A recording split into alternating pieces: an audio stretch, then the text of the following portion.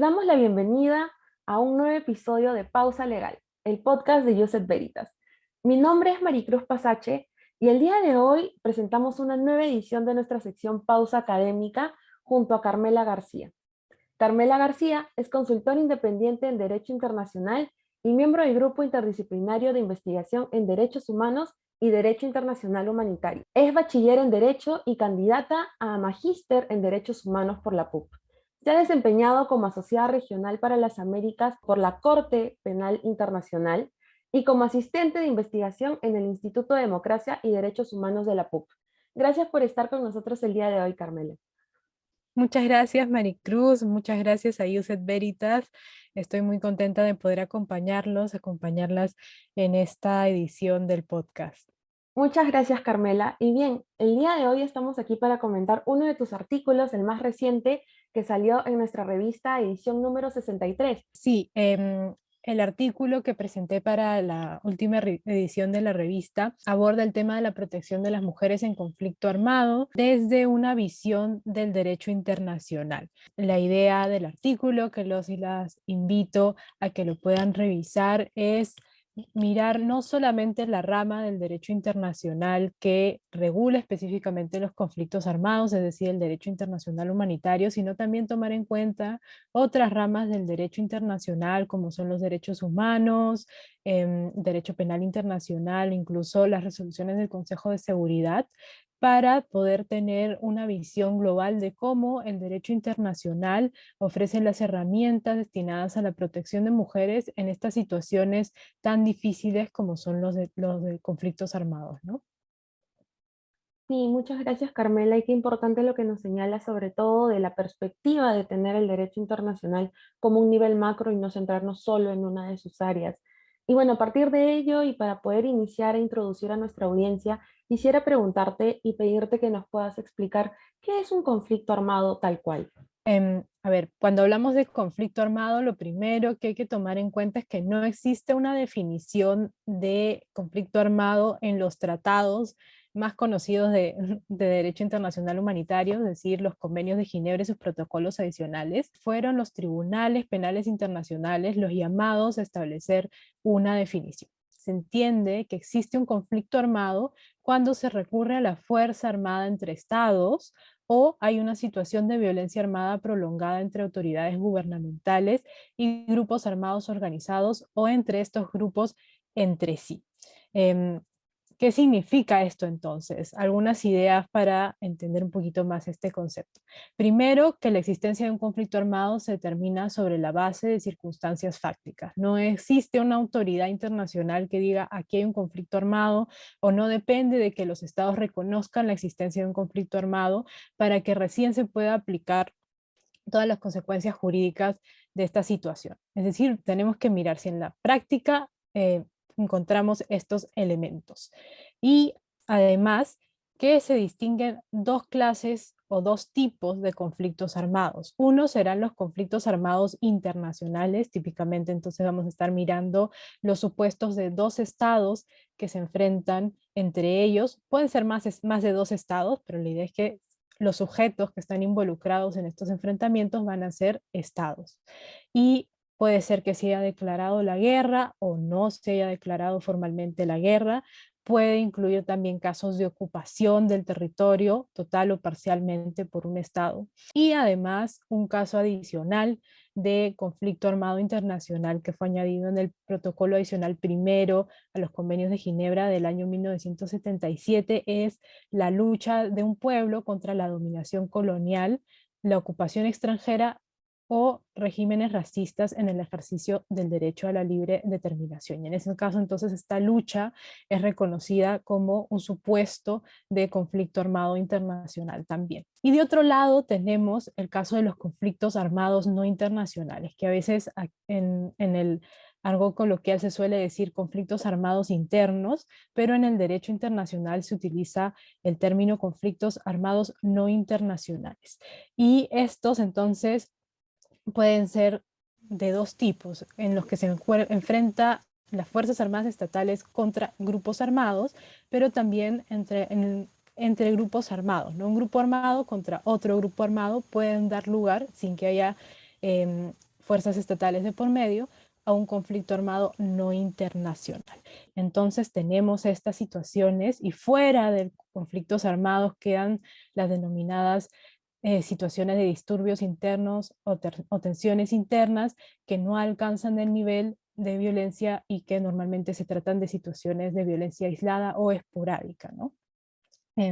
Y en ese campo es en el cual se circunscribe el artículo, ¿no? Para ver la protección de las mujeres en estas situaciones. Muchas gracias, Carmela, y qué interesante todo el despliegue que puede haber en cuanto a términos al no haber una regulación exacta, tal como nos señalas en los tratados internacionales. Y a partir de ello, y lo último que has mencionado, quisiera preguntarte cuáles son los roles que pueden desarrollar las mujeres en los conflictos armados. Normalmente se suele pensar de manera automática en que las mujeres en este tipo de situaciones forman parte siempre de la población civil y entonces se les aborda desde una perspectiva que las mira quizás como víctimas del conflicto, como sujetos que necesitan una protección. De repente no se resalta la capacidad de agencia que puedan tener, ¿no? Pero en los hechos, en la práctica, vemos que las mujeres tienen más roles. Por supuesto, vamos a encontrar mujeres dentro de la población civil, pero también, y esto es un fenómeno que cada vez se ve más, podemos ver mujeres dentro de las filas de las Fuerzas Armadas de los estados, también pueden formar parte de grupos armados. Este es un fenómeno que se ha visto ya, hay récords desde los años 70 de cómo las mujeres han formado parte de este tipo de grupos, ¿no? Aun cuando de repente en los estados ha sido un avance un poco más lento hacia la incorporación de las mujeres en Fuerzas Armadas, y también pueden ser, por ejemplo, personal de operaciones de mantenimiento de la paz que están actuando en situaciones que se encuentran bajo conflicto, ¿no? Que no necesariamente van a ser parte de los enfrentamientos. Entonces vemos una diversidad de roles y cada uno de estos va a tener diferentes necesidades de protección y diferentes riesgos también. Es muy cierto lo que nos señalas, Carmela, y en el artículo también se aborda es que los impactos de los conflictos armados son distintos para las mujeres, y ello también se puede evidenciar con la distinción de roles que nos señalas. Y bueno, ¿cómo es que se presenta la violencia contra la mujer en los escenarios de conflictos armados? Una primera idea que quiero rescatar es este concepto que utiliza la profesora Christine Chinkin de violencia basada en el género relacionada con un conflicto armado.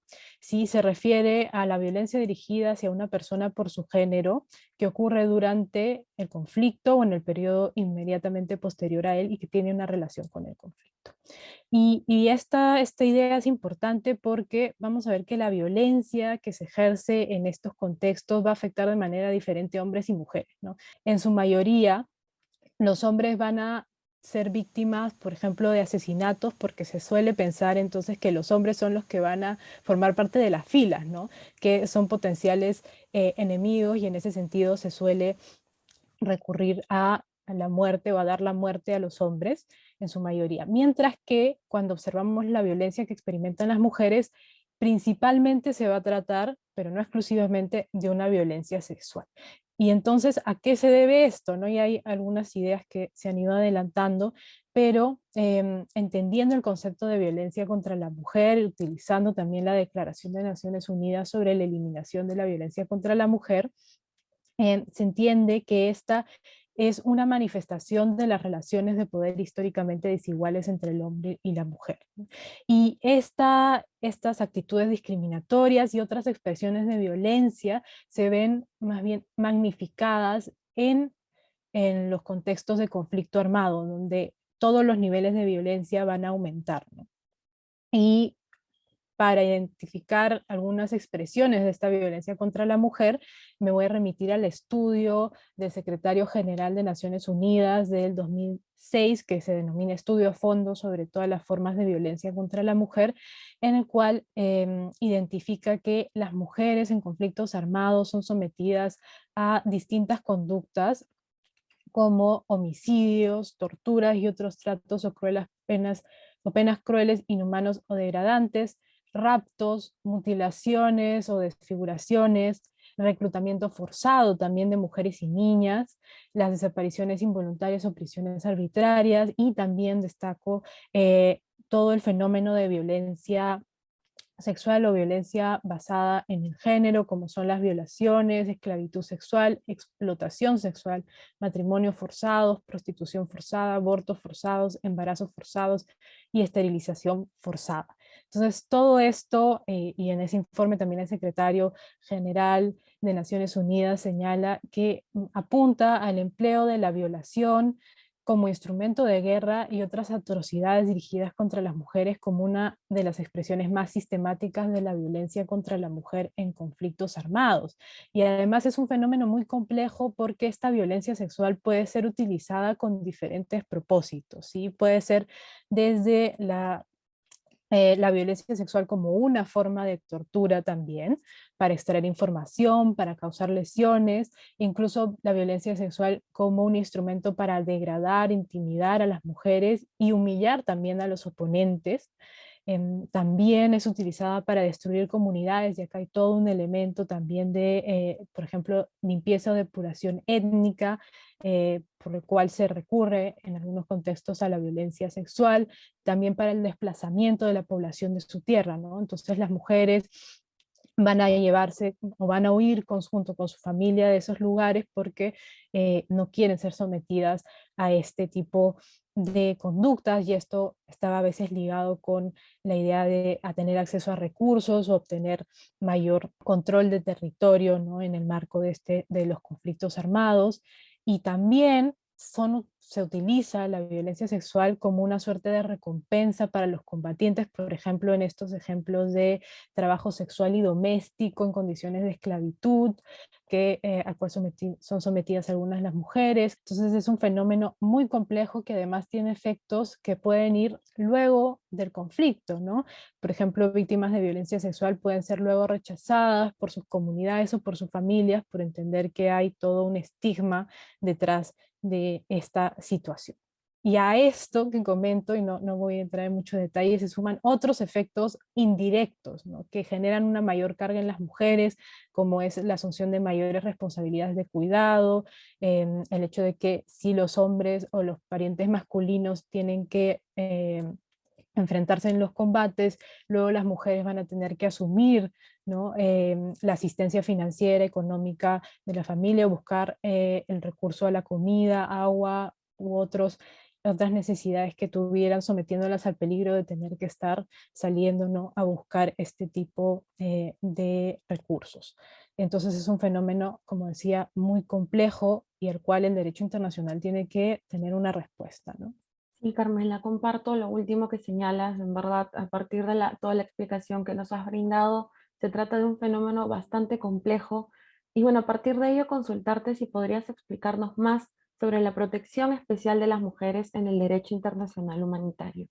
Claro, el derecho internacional humanitario, el DIH, limita los medios y métodos que se pueden utilizar en combate, y además busca proteger a las personas que no están participando o han dejado de participar en las hostilidades, ¿sí? La primera idea que se nos viene a la mente cuando hablamos de protección de mujeres en conflictos armados es, son civiles, necesitamos protegerlas, ¿no? Entonces, esto también se ha dado a la hora de interpretar o aplicar las disposiciones del DIH, a partir de estas nociones preconcebidas que ya tenemos, e incluso en algunas instancias a ignorar necesidades diferenciadas que puedan tener las mujeres. Dicho esto, ¿no? Más allá de la regulación general y los problemas que en la práctica se han identificado, existen disposiciones específicas también en el DIH que hacen referencia a la protección de las mujeres.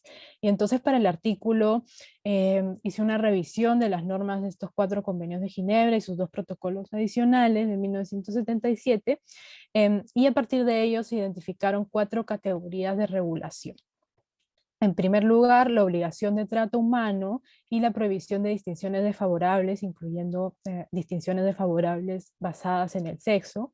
En segundo lugar, la protección especial de mujeres privadas de libertad, y esto incluye las diferentes categorías, además de personas privadas de libertad en conflictos armados. Y La tercera categoría es la protección especial de mujeres embarazadas, madres de niños pequeños, que de hecho constituye la mayor parte de estos artículos específicos en relación con las mujeres. Existe una serie de protecciones para garantizar su acceso a la salud, al tratamiento, cuando necesiten, por ejemplo, las mujeres embarazadas, pero también cuando vayan a dar a luz, cuando dan a luz, y también el acceso a comida, ¿no? Muy importante en este tipo de estados físicos. Y una cuarta categoría sería la protección frente a violencia sexual. Y aquí encontramos reglas generales de protección frente a la violencia sexual que no hacen referencia a hombres o mujeres. También existen reglas específicas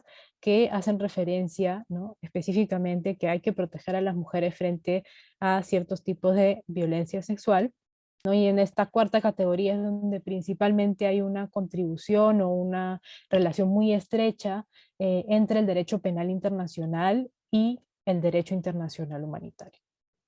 Es una gama bastante amplia, Carmela, y agradecemos la distinción y la manera en cómo lo has explicado, porque de esta forma queda mucho más claro, tanto para mí e imagino también que para nuestra audiencia. Y bueno, ya finalmente, y cerrando este breve espacio de conversación, quería consultarte si es que te gustaría hacer alguna reflexión en el marco del conflicto entre Rusia y Ucrania a partir del tema que hemos tocado a lo largo de esta conversación. Creo que es una reflexión importante en el marco del el contexto actual, principalmente porque estamos en este momento, creo que un poco bombardeados con las noticias de lo que está pasando, y quisiera resaltar algunas ideas que se pueden aplicar no solo para este conflicto, sino también para otros que están todavía sucediendo. Pensemos Siria, pensemos Yemen, también en algunos casos podríamos pensar la situación en Colombia, que todavía tiene conflictos armados, ¿no?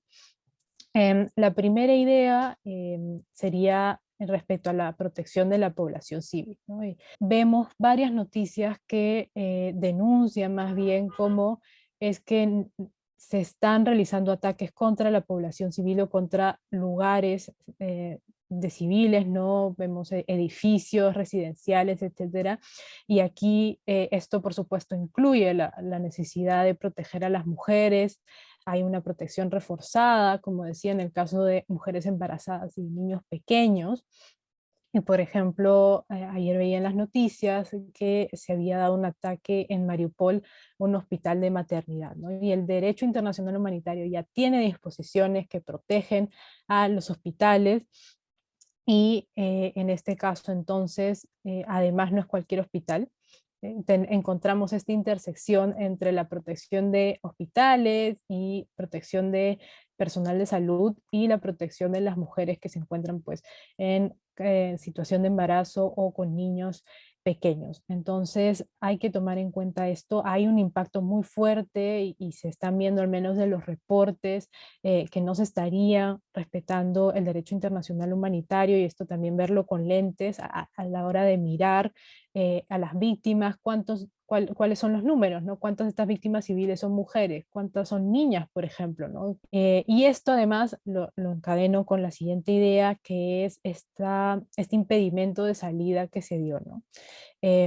Que más bien a partir del inicio de este conflicto armado se estableció la ley marcial en Ucrania, disponiendo que los hombres entre los 18 y 60 años no podían salir del país. Y esto porque, de nuevo, atendiendo esta lógica de que son los hombres quienes van a integrar las filas de las Fuerzas Armadas, ¿no? Que como son los hombres quienes no pueden salir, ¿quiénes son entonces las personas que están solicitando este refugio? ¿Quiénes son las personas que se ven desplazadas de esta manera? Son las mujeres las que van a tener que salir con sus hijos, o si no tienen hijos, bueno, igual vamos a ver esta población femenina. Entonces vemos que igual hay un efecto, este efecto indirecto, que exige mirar con una lupa de género las necesidades de protección que va a tener este grupo que está saliendo huyendo del conflicto armado, ¿no?